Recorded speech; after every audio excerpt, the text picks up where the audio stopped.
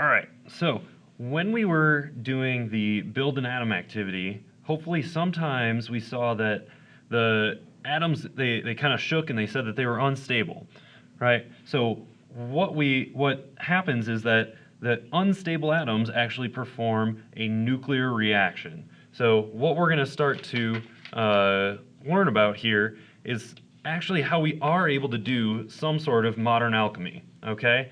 So nuclear chemistry is basically changes in the nucleus of an atom.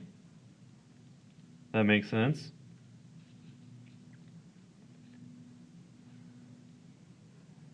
Okay, and so what we're going to start looking at are decay series. So, right, when we have these changes in the nucleus of the atom, we'll get kind of a series of reactions that will happen overall until we get to a stable isotope, right? So decay series is just the series of nuclear reactions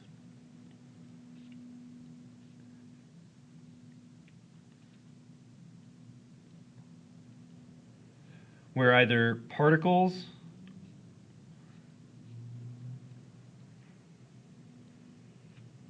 or energy gets released.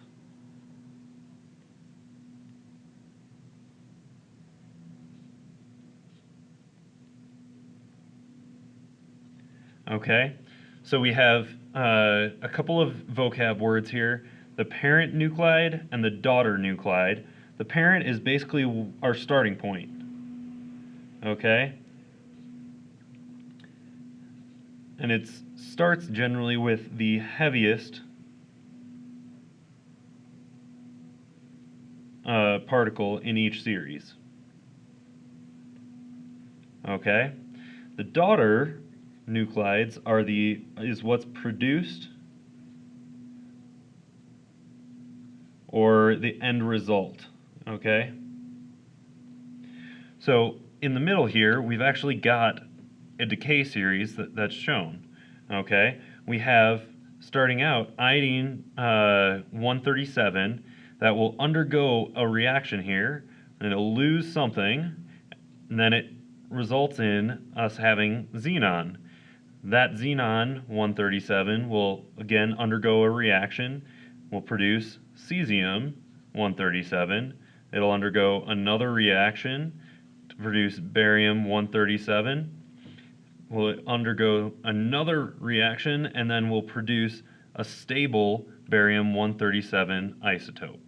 So this would be a decay series. So what we need to do is we need to start understanding how those nuclear reactions actually occur.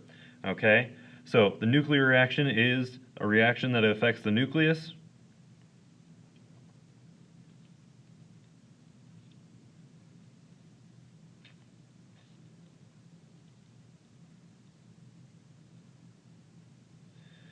And then transmutation is when, oh, I'm off the screen here. So then transmutation is when we actually change the number of protons.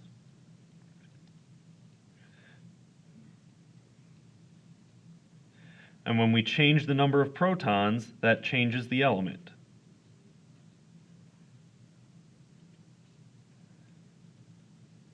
Okay, so we do actually have ways to do some sort of modern alchemy, right? And that's actually through our nuclear chemistry reactions, okay?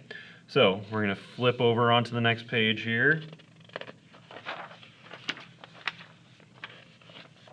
Oh, I'm going the wrong way. There we go. Okay, so what we need to start looking at are our types of nuclear radiation, okay? So already you can see, right, we've got 3 different types of particles that are emitted, or 3 different types of radiation that we're going to talk about. And then we're going to describe our different radiation types, okay? So our alpha particles, these are the heaviest particles, okay? And they generally happen, right, or they generally are emitted by heavy elements. Okay? Beta particles, what happens is it converts a neutron to a proton, okay, and loses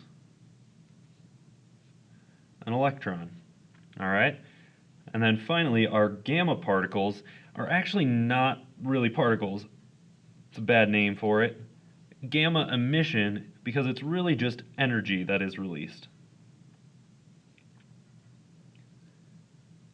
Okay, so let's talk more specifically about our alpha particles there. Alpha particles, right, we've shown that it's actually, we use that alpha symbol, but an alpha particle is a helium atom that doesn't have any electrons. So the helium atom, it's got a mass of 4, right, our mass number, atomic number is 2, and then our charge would be a 2 plus here. So that we show that it doesn't have any electrons because it's got a 2 plus charge. We've got 2 protons. Overall mass number means that we have 2 neutrons there as well. Okay? And that's why we lose these alpha particles from heavy elements. It's because it's got to have a lot of these, it's got to have a lot of protons and neutrons in there to be able to lose them. So how it changes the nucleus. Why does it change the nucleus, right? First off, it's going to lose 4 AMU, right?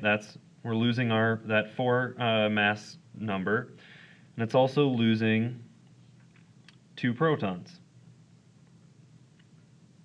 Okay, so the mass of our alpha particle is 4 AMU. The penetration, turns out that even though it's pretty heavy with pretty high energy, it's actually really easy to stop. So the penetration is low. It actually can just be blocked by things like clothes or a window, right? Really easy to block those alpha particles. Because it's so easy to block them, it's actually really low danger, okay? But like I said, our charge here, we said that it was a 2 plus charge because the helium atom doesn't actually have any electrons. And then our energy and velocity, it's pretty low energy. Okay? So an equation, so something that to show this nuclear reaction, we're going to use an example here. Polonium has an atomic number of 84, and one of its isotopes has a mass number of 210. If it undergoes alpha decay, it's going to lose that helium atom, right? That would be 2 plus there. And then we're going to have something else left over. So if we lose 2 protons from polonium, we're going to have 82 left over. And if we lose an overall mass of 4, right, we're going to have a mass number of 206 left over. So 82, what element would have 82 protons? If we go look on our periodic table, that would be lead. All right, so we actually can create more lead by having polonium undergo an alpha particle radiation. Okay, so let's now talk about our beta particle. Beta particles, right, if we show the beta symbol, right, this is our alpha symbol, this is our beta symbol. It's also, like I said, it essentially is going to lose an electron, okay? So what happens is a neutron gets changed to a proton, so our particle would be losing, right, a -1 mass or proton, doesn't have any mass because it's an electron, and we overall kind of produce this electron, okay? So how it changes the nucleus? No mass change, right? We lose an electron, it doesn't change the mass. Both our neutron and our proton have the same mass. But we gain 1 proton. Okay? Because a neutron, right, it's going to release a proton, or it's going to transfer into a proton, it's going to release an electron, and it's actually going to release some other energy as well. Okay? So the mass stays the same, the atomic number increases.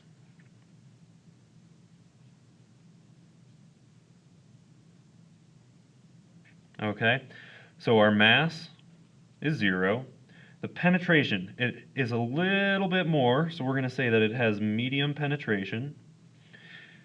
But we can still block it relatively easily. We just need some metals. So something like aluminum is enough to block that beta particle.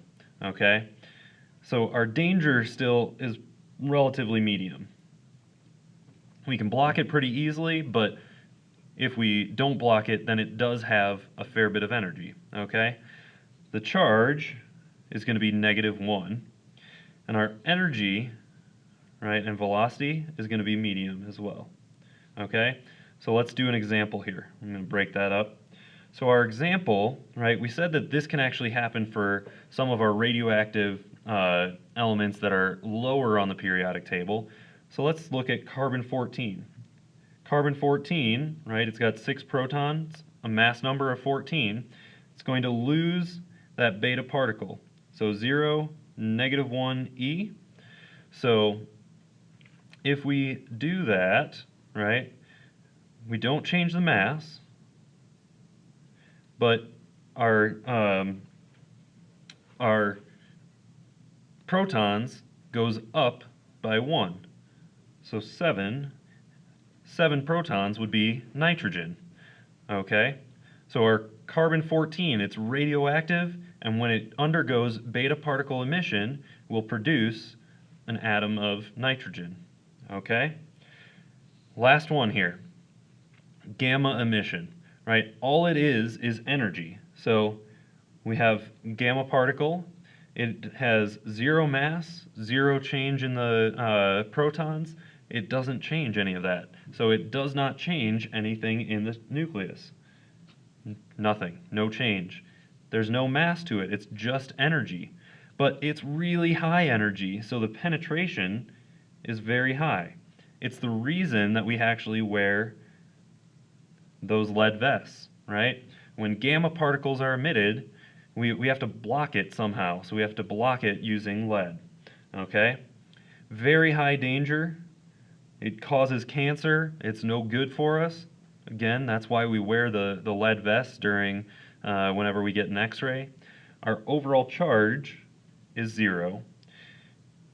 And the energy and velocity is very high. Okay? So this gamma particle emission is actually, we showed on the last slide, but an example would be if we have plutonium, right, Pu 240, that's got 94 protons, mass number of 240, it's going to be charged, or it's going to be excited, so it can lose this gamma particle, right, or this gamma energy, but it's still going to be a mass number of 240, it's going to be plutonium, and it's going to be 94 protons. All right, that's all we've got for now.